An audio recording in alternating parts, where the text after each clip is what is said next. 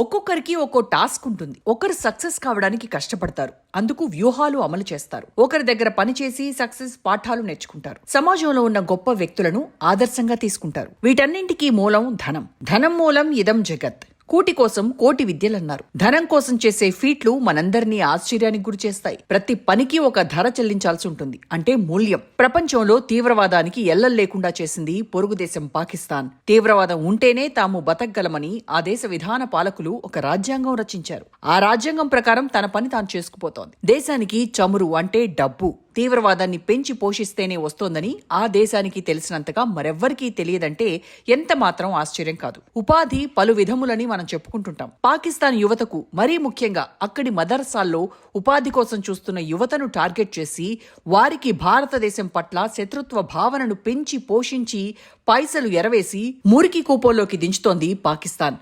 ఈ వివరాలన్నీ తాజాగా ఫైనాన్షియల్ యాక్షన్ టాస్క్ ఫోర్స్ నిగ్గు తేల్చింది. తీవ్రవాదాన్ని పాకిస్తాన్ పట్ల ప్రేమతోనో ఇండియా పైన శత్రుత్వంతోనో చేస్తోంది కాదని ఆ నివేదిక రుజువు చేస్తోంది.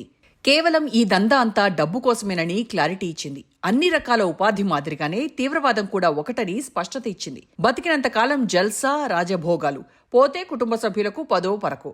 ఇదే సూత్రంతో చలి కాచుకుంటోంది దుష్ట పాకిస్తాన్.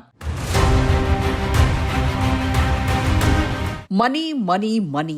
ఈ ప్రపంచంలో డబ్బుకు దాసోహం కానిది ఏది ఉండదు. డబ్బు కోసం గడ్డి తినడానికి ఎవరైనా సిద్ధంగా ఉంటారని మనం అనుకుంటూనే ఉంటాం. రాజకీయ నాయకులు, అధికారులు, ఇంకా చెప్పాలంటే సామాన్యులు. పైసామే పరమాత్మ అంటారు. ఇప్పుడు తీవ్రవాదానికి కూడా పైసల లెక్కలు, లింకులు మైండ్ బ్లాంక్ అయ్యేలా చేస్తున్నాయి. ఓర్ని, తీవ్రవాదానికి డబ్బుకు ఉన్న లింకు చూస్తే కళ్లు తేలయాల్సిందే. ప్రముఖ ఆర్థిక నిఘా సంస్థ financial action task force FATF నివేదిక వెల్లడించిన విషయాలు చూస్తే మొత్తం కథ అర్థమవుతుంది. ప్రపంచం ఎంతో ఆసక్తిగా ఎదురుచూస్తున్న రిపోర్ట్ అనేక షాకింగ్ అంశాలను వెలుగులోకి తెచ్చింది. ఉగ్రవాదులు డబ్బును తరలించడానికి వినూత్న మార్గాలను ఎలా వినియోగిస్తున్నారో నివేదిక బహిర్గతం చేసింది. ఇందులో ప్రధానమైన విషయం ఏంటంటే, ప్రభుత్వ మద్దతున్న ఉగ్రవాదులకు నిధులు లభించడమే కాకుండా ఆ డబ్బును ఎక్కడ కావాలంటే అక్కడకు తరలించగలుగుతున్నారన్న విషయాన్ని ఫైనాన్షియల్ యాక్షన్ టాస్క్ ఫోర్స్ కళ్లకు కట్టింది. తీవ్రవాదానికి డబ్బుకు ఉన్న లింకులను ఒక్కొక్కటిగా బయటపెట్టింది. ఉగ్రవాదం ప్రపంచవ్యాప్తంగా ఎలా వేళ్లూనుకుంటుందో నిగ్గు తేల్చింది. ఉగ్రవాదం అంటే కేవలం భావజాల ప్రచారం మాత్రమే కాదు.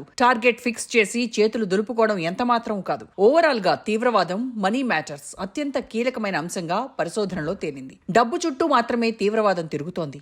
అవును, కేవలం డబ్బు చుట్టూనే తీవ్రవాదం మాఫియా పబ్బం గడుపుకుంటుంది.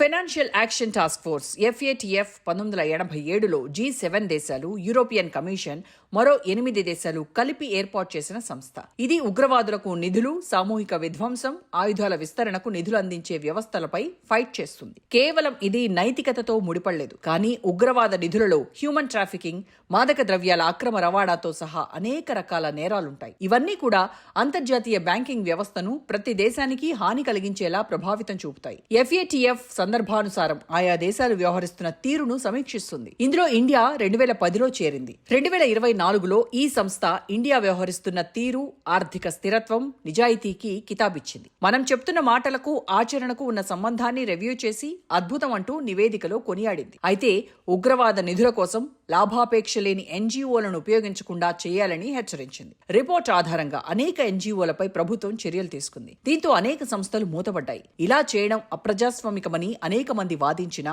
భారత్ చర్యలను ప్రపంచ దేశాలు ఆహ్వానించాయి. మరోవైపు పాకిస్తాన్ను FATF అనేకసార్లు గ్రే లిస్ట్ లో ఉంచింది. పాకిస్తాన్ ఆర్థిక వ్యవస్థలు లోపాలను సంస్థ గుర్తించింది. 2008లో, ఆ తర్వాత 2012లో, ఆ తర్వాత 2018లో, 2022 వరకు పాకిస్తాన్ కపట నాటకాన్ని కళ్లకు కట్టింది. నివేదిక రూపొందించే సమయంలో లష్కర్-e-తోయిబా నాయకుడు జకీ-ఉర్ రెహమాన్ లఖ్వీకి పాకిస్తాన్ 5 ఏళ్ల జైలు శిక్ష విధించింది. హఫీజ్ సయీద్ కు 33 ఏళ్ల జైలు శిక్ష విధించింది. ఆ దేశం ఉగ్రవాద నిరోధక చట్టం సవరణ బిల్లు 2020ని కూడా అమల్లోకి తెచ్చింది. ఇది పాకిస్తాన్ ఉగ్రవాదంపై చట్టపరమైన నిర్వచనాన్ని అంతర్జాతీయ ప్రమాణాలకు అనుగుణంగా తెచ్చింది. ఉగ్రవాద నిధులపై దాని చట్టాలను ప్రపంచ నిబంధనలకు అనుగుణంగా మార్చింది. కానీ ఇది ఎక్కడ మొదలుపెట్టింది? ఆ పని ఇప్పటికీ కొనసాగుతుండడం ఒక విషాదం. పాకిస్తాన్ ప్రక్షాళన ఇంకా పూర్తి కాలేదు.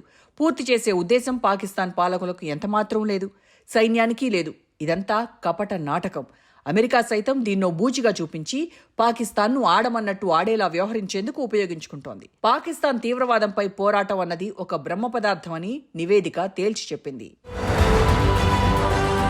ప్రపంచం కుగ్రామంగా మారిపోయింది. ఫోన్ ఉంటే చాలు డబ్బు ఎట్నుంచి ఎటువైపుకైనా ట్రాన్స్ఫర్ చేసుకునేందుకు అవకాశం వచ్చేసింది. డిజిటల్ మార్గాల ద్వారా రాకపోకలు ఈజీ అయిపోయాయి. అందుకు శాంటిటీ అర్థం పరమార్థాన్ని కూడా చూపిస్తున్నారు. పాకిస్తాన్ జిహాదిస్ట్ గ్రూపులకు మద్దతివ్వడం గురించి మాత్రమే కాదు, ఇంకా చాలా పోరంబోకు పనులు చేస్తోంది. పాకిస్తాన్ మిలిటరీ కేంద్రమైన రావల్పిండిలో జరుగుతున్న ఎన్నో భయానక చర్యలను తాజాగా ఫైనాన్షియల్ యాక్షన్ టాస్క్ ఫోర్స్ కళ్లకు కట్టింది. లష్కర్-ఏ-తోయిబా, జైషే మహమ్మద్ అలాగే వారి స్వచ్ఛంద సంస్థలుగా పిలిచే సంస్థల పేర్లను వెల్లడించింది. వాటికి డబ్బు ఎలా వస్తుందో కూడా వివరంగా తెలిపింది. మొత్తం రిపోర్ట్ పాకిస్తాన్ ను సిగ్గుపడేలా చేసింది. ఉగ్రవాద ఆర్థిక ప్రపంచం ఎలా డబ్బును ఒకవైపు నుంచి మరోవైపుకు ట్రాన్స్ఫర్ చేస్తుందో వివరించింది. తీవ్రవాదాన్ని అజెండాగా చేసుకుని పనిచేస్తున్న దేశాలు ఎక్కువ భాగం ఆర్థిక వ్యవస్థను దోపిడీ చేయడానికి నిరంతర సామర్థ్యాన్ని అభివృద్ధి చేసుకున్నారని హెచ్చరించింది. సోషల్ మీడియా మెసేజింగ్ యాప్లు, క్రౌడ్ ఫండింగ్ సైట్ల వంటి డిజిటల్ ప్లాట్ఫామ్ల వాడకంలో కూడా వీరు రాటుదేలిపోయారన్న నిజాన్ని ప్రపంచానికి తెలియజేసింది. ఇక షెల్ కంపెనీలు, సూట్ కేస్ కంపెనీల ఏర్పాటు గురించి ప్రత్యేకంగా చెప్పాల్సిన పనేం లేదు. అదే సమయంలో చట్టపరమైన కంపెనీలు, ట్రస్ట్లను కూడా ఏర్పాటు చేసి నిధులను అటు నుంచి ఇటు, ఇటు నుంచి అటు పంపించేందుకు ఏర్పాట్లు కూడా బాగానే చేసుకున్నాయి. కానీ ఇక్కడ కీలక అంశం తీవ్రవాదాన్ని పెంచి పోషించడమే తమ అజెండా అని బయటకు తెలియదనుకుంటోంది. ఉగ్రవాద నిధుల సమీకరణ ఎలా జరుగుతుందో రిపోర్ట్ తేటతెల్లం చేసింది. ఉగ్రవాదులు ఏదైనా ప్రాంతాన్ని నియంత్రించినప్పుడు, ప్రభావితం చేస్తున్నప్పుడు వారికి ఆర్థిక శక్తిని సమకూర్చేందుకు ప్రభుత్వమే సహకరిస్తోంది. పన్నుల వసూళ్లు, మానవతా సహాయాన్ని మళ్లించడం, ప్రకృతి వనరులను దోచుకునేందుకు వెసులుబాటు కల్పిస్తోంది. ఇలా చేయడం ద్వారా తీవ్రవాదులు ఒక ప్రభుత్వ వ్యవస్థలా పనిచేస్తూ అంతర్జాతీయ నాణ్యతా వ్యవస్థలకే సవాల్ విసరడం మొదలు పెడతారు. ఇలాంటి వాటి కట్టడి కోసం ఎలా వ్యవహరించాలన్న దానిపై ప్రభుత్వాలకు, అంతర్జాతీయ సమాజానికి FATF కర్తవ్య బోధ చేస్తోంది. ఉగ్రవాద ఆర్థిక సహాయం వారు భూభాగాలను నియంత్రిస్తున్నప్పుడు మాత్రమే సాధ్యమవుతుంది. అంటే పన్నులు, మానవతా సహాయం మళ్లింపు, సహజ వనరులను ఉపయోగించడం ఉంటుంది. ప్రభుత్వ ఆధ్వర్యంలో తీవ్రవాద కేంద్రాలను నడపడం గురించి మనం పాకిస్తాన్ విషయంలో ఎంతో స్పష్టత చూడొచ్చు. తీవ్రవాద శిబిరాలకు నిధులివ్వడం, ఆయుధాలివ్వడం ఇవన్నీ కూడా పాకిస్తాన్ విధానంలో భాగం. రిపోర్ట్ ఇలాంటి అంశాలను స్పష్టం చేసింది. ఈ నివేదిక ప్రభుత్వ భాగస్వామ్యంలో తీవ్రవాదం వేళ్లూనుకొని పోయిన అంశాలను హైలైట్ చేసింది. అయితే నిధులు సమకూర్చుకుంటున్న మార్గాలపై ఫోకస్ పెంచాల్సిన అవసరాన్ని, విధానాలను వెల్లడించాల్సి ఉంది. తీవ్రవాద సంస్థలపై ఆంక్షలను తప్పించుకోవడానికి ఉగ్ర గ్రూపులకు ప్రభుత్వ సాయం కీలకమవుతోందని నివేదిక స్పష్టం చేసింది. ఇక్కడ ఇంట్రెస్టింగ్ వ్యవహారాన్ని చెప్పుకోవాలి. తీవ్రవాద సంస్థలను ప్రారంభించి అవి ఎలా పనిచేస్తున్నాయో కూడా ఆడిట్ చేసి అంతలా వ్యవహరించడాన్ని కూడా నివేదిక స్పష్టం చేసింది. అంటే తీవ్రవాదాన్ని అద్భుతంగా పనిచేసేందుకు తగిన ఏర్పాట్లు చేయడంతో పాటు వారు ఆ పనులు చేస్తున్నారో లేదో కూడా నిఘా ద్వారా పర్యవేక్షిస్తుందన్నమాట. ప్రభుత్వమే ఆ పని చేసినప్పుడు అవసరాన్ని బట్టి నిధుల సేకరణతో సహా ఆర్థిక కార్యకలాపాల్లో పాల్గొనే అవకాశమూ ఉంది. ఐక్యరాజ్య సమితిలో ఈ విషయాలను వెల్లడించడంలో ఇండియాకు అనేక ఇబ్బందులు ఎదురవుతున్నాయి. ఐక్యరాజ్య సమితి ఒకవైపే చూడటం, రెండో వైపు ఏం జరుగుతుందో పరిశీలించకపోవడం వల్ల ఇలాంటి సమస్య ఉత్పన్నమవుతోంది. అంటే ఐక్యరాజ్య సమితి, అమెరికా, యూరప్ దేశాలు చెప్పినట్టే నడుచుకోవడం వల్లే ఈ దరిద్రం ఎక్కువవుతోందని నివేదిక చెప్పకనే చెప్పింది. ఆంక్షలు బలంగా విధిస్తే తీవ్రవాద గ్రూపుల నిధులు ఎక్కడికక్కడే ఆగిపోయే అవకాశం ఉంది. మొత్తం వ్యవహారంలో ఎక్కడా పాకిస్తాన్ గురించి చెప్పకపోవడం విశేషం. కానీ ఈ సమస్యను గుర్తించడం భారత దర్యాప్తు సంస్థలు, దౌత్యవేత్తలకు అత్యవసరం. తీవ్రవాదులకు నిధులు, విరాళాలు, ఎన్క్రిప్టెడ్ మొబైల్ కమ్యూనికేషన్ వ్యవస్థ ద్వారా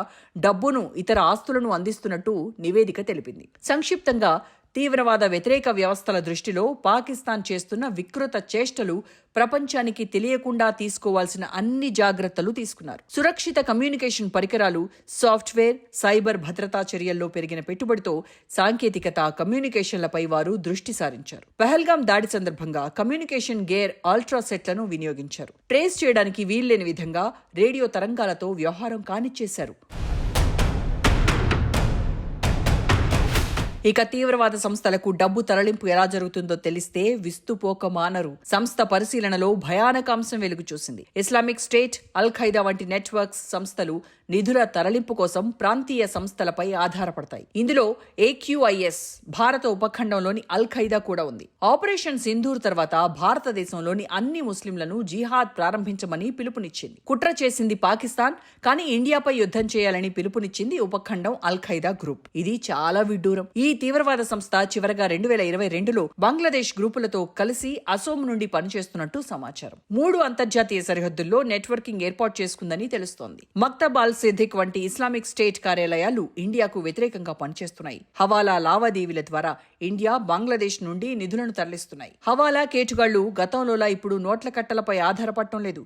పాకిస్తాన్, ఆఫ్ఘనిస్తాన్ సహా చాలా దేశాల్లో తీవ్రవాదులు క్రిప్టో కరెన్సీని ఉపయోగిస్తున్నారు. దీన్ని టచ్ చేయడం కూడా ఇబ్బందిగా మారుతోంది. ఒకసారి లోపలికి ప్రవేశిస్తే అంతర్గత నెట్వర్క్లో ఏం జరుగుతుందో కూడా తెలుసుకోవడం కష్టమవుతుంది. విచారణ సంస్థలు వీటిలోకి ప్రవేశించడం, సమాచారాన్ని సేకరించడం కూడా కష్టమవుతోంది. ఈ క్రిప్టో యంత్రాంగాన్ని ఇంత బలంగా నిర్మించారు. అంతర్జాతీయ ఉగ్రవాదానికి వ్యతిరేకంగా పోరాడే ఏ సంస్థకైనా భవిష్యత్తులో ఒక పెద్ద సవాల్గా మారనుంది. ఇది ఒక విశాలమైన సాలెగూడులా విస్తరిస్తోంది.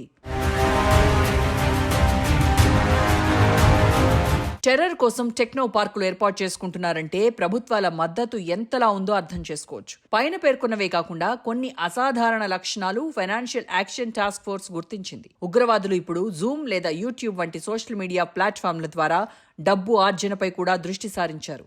అంతేకాదు ట్విట్టర్, ఎక్స్ను కూడా ఉపయోగించుకుంటున్నారు. బ్లూటిక్ సేవలను తీసుకుంటూ వినియోగదారుల నుంచి పేమెంట్స్ కూడా అందుకుంటున్నారు. తీవ్రవాద వ్యతిరేక సంస్థల పరిశోధనల్లో బ్లూటిక్ ఖాతాల్లోకి పెద్ద ఎత్తున నిధులు వచ్చిపడిన విషయం కూడా రుజువైంది. యూట్యూబ్ సూపర్ చాట్ ఫీచర్ను సైతం తీవ్రవాద సంస్థలు ఉపయోగించుకుంటున్నాయి. ఇది వ్యూయర్స్ కోసం లైవ్ ప్రసారాలు అందించి వారు చెప్పే భావజాలంలో భాగస్వామ్యం అయ్యేలా చేస్తోంది. ఫ్యాన్ బేస్ పెంచుకుంటూనే ఇష్టమైన జిహాదీలకు నేరుగా మనీ పంపించడం తేలికైపోయింది. ఒక్క క్లిక్ తో కోట్లు పంపించేయచ్చు. ఒక్కొక్కరు షేర్ చేయడం ద్వారా తీవ్రవాదులకు మద్దతు కూడా గణనీయంగా పెరుగుతోంది. ప్రీపెయిడ్ కార్డుల ద్వారా ముందుగానే డబ్బుతో లోడ్ చేసి ఎవరైనా ఉపయోగించేలా చేయడం, ఓపెన్ లూప్ కార్డులు అంటే ప్రపంచం ఏ మూల నుంచైనా ఆ డబ్బును తీసుకునే వెసులుబాటు అందుబాటులోకి వచ్చేసాయి. విచారణ చేసేవారు ఈ ఆధారాలతో ఉగ్రవాదులను పట్టుకోవడం దాదాపు అసాధ్యంగా మారుతోంది. నీచపు పనులు చేయడానికి ముందుండే పాకిస్తాన్ విషయంలో ఇక్కడ ఆసక్తికర విషయాలను మనం గమనించాలి. ఆ దేశ పరిశోధకులు అనేక విషయాలపై ఆశ్చర్యకరమైన సమాధానాలిస్తూ ఉంటారు. FATF నివేదికలో ఉదహరించిన ఒక ఉదాహరణ మనకు పాకిస్తాన్ ప్రేరేపిత తీవ్రవాద సంస్థల కదలికలు, నిధుల ప్రవాహాన్ని స్పష్టం చేస్తుంది. తెహ్రీకే తాలిబాన్ పాకిస్తాన్ TTP పేర్కొన్న కార్ బాంబు దాడి నుంచి వచ్చిన సాక్ష్యం విస్తుపోయేలా చేస్తోంది. దర్యాప్తులో కారు యజమానిని గుర్తించారు. ఈ నివేదిక ప్రకారం దాడిలో పాల్గొన్న వ్యక్తి అప్పటి వరకు చనిపోయిన వ్యక్తి బ్యాంక్ అకౌంట్ ను రెగ్యులర్ చేయడంతో పాటుగా 3 పెద్ద మొత్తాలకు లావాదేవీలు నిర్వహించాడని తేలింది. చేతికి డబ్బందిన తర్వాత ఆ అకౌంట్లను క్లోజ్ చేశాడని కూడా అధికారులు తెలుసుకున్నారు. పాకిస్తాన్ ఆర్థిక పర్యవేక్షణ విభాగం విదేశీ చెల్లింపులను గుర్తించి నిందితుడిని అరెస్ట్ చేసినట్టుగా కలరింగ్ ఇచ్చింది. విషయం ఏంటంటే పాకిస్తాన్ అనుకుంటే ఏదైనా చేయగలదు, కానీ అనుకోదు. ఇదే అసలు సమస్య. అది కోరుకున్నప్పుడు ఏదైనా చేసేందుకు సంకోచించదు. తన కిందకు నీళ్లొస్తాయన్న భయం వచ్చినప్పుడు మాత్రమే తీవ్రవాద విషయంలో ఒక అడుగు వేస్తుంది. 2019 పుల్వామా దాడిలో అవకాశం లభించినా అది ఆ పని చేయలేదు. తీవ్రవాద సంస్థలు ఇండియాలోకి పెద్ద మొత్తంలో పేలుడు పదార్థాలను సరిహద్దు దాటించాయో భారత నిఘా సంస్థలు వెల్లడించాయి. తీవ్రవాద నివేదిక ఈ విషయాన్ని స్పష్టంగా చెప్పింది. దాడిలో ఉపయోగించిన ఇంప్రూవైజ్డ్ పేలుడు పరికరం కీలకమైన భాగం అల్యూమినియం పౌడర్ అమెజాన్ ద్వారా సేకరించారని గుర్తించారు. ఈ-కామర్స్ సైట్లు దుర్వినియోగం అవుతున్నాయని తేలింది. ఇది అత్యంత దారుణమైన భాగం. అయినప్పటికీ అధికారులు ఈ దాడిని జైషే మహమ్మద్ చేసిందని రుజువు చేశారో కూడా FATF నివేదిక బహిర్గతం చేసింది. నేడు ఉగ్రవాదం ఎంతో కాంప్లికేటెడ్ గా మారింది. ప్రతి దానిని పరిగణలోకి తీసుకుంటే ఉగ్రవాదాన్ని నిరోధించడంలో భద్రతా సంస్థలు ఎదుర్కొంటున్న సవాలు పరిధి ప్రశ్నార్థకమవుతోంది. దీంతో తీవ్రవాద మూలాలపై పరిశోధనలు చేస్తున్న సంస్థలు ఇబ్బందులు ఎదుర్కొంటున్నాయి. ప్రతిదాన్ని గుర్తించడం అసాధ్యంగా మారింది. ఉగ్రవాద స్పాన్సర్లకు అన్ని విషయాలు తెలుస్తున్నాయి. ఇండియాకు తక్షణ ప్రమాదాన్ని FATF స్పష్టంగా వివరించింది. ఆన్లైన్ ప్రచార వరదతో ప్రేరణ పొందుతున్న ఉగ్రవాదులను కట్టడి చేయాలి. గోకర్నాథ్ ఆలయంలో దాడి చేసిన వ్యక్తి ఫోరెన్సిక్ విశ్లేషణ ద్వారా దాదాపు 44 అంతర్జాతీయ థర్డ్ పార్టీ పేమెంట్స్ స్వీకరించాడని తేలింది. ఆ తర్వాత సదరు వ్యక్తిని బలగాలు అరెస్టు చేయగలిగాయి. ఉగ్రవాదులు ఇప్పుడు నిధులు రాబట్టుకునే మార్గాలపై పరిశోధనలు చేస్తున్నారు. ఎలా డీల్ చేస్తున్నారన్నది కనుక్కోవడం మరింత భారంగా, సవాలుగా మిగిలింది. మధ్యవర్తిత్వం చేయడానికి ముందుకొచ్చే కొంతమంది ప్రపంచ నాయకుల వల్ల కూడా తీవ్రవాదం మరింత రాజుకుంటుంది. ఈ రోగానికి మందు ఒక్కటే: ఉగ్రవాదానికి స్పాన్సర్ చేస్తున్న దేశాల అంతు చూడటం. ఉగ్రవాదానికి ఎవరి సపోర్ట్ ఉన్నా ప్రభుత్వం తలుచుకుంటే ఇక అంతే సంగతులన్న హెచ్చరికను తీసుకెళ్లాలి.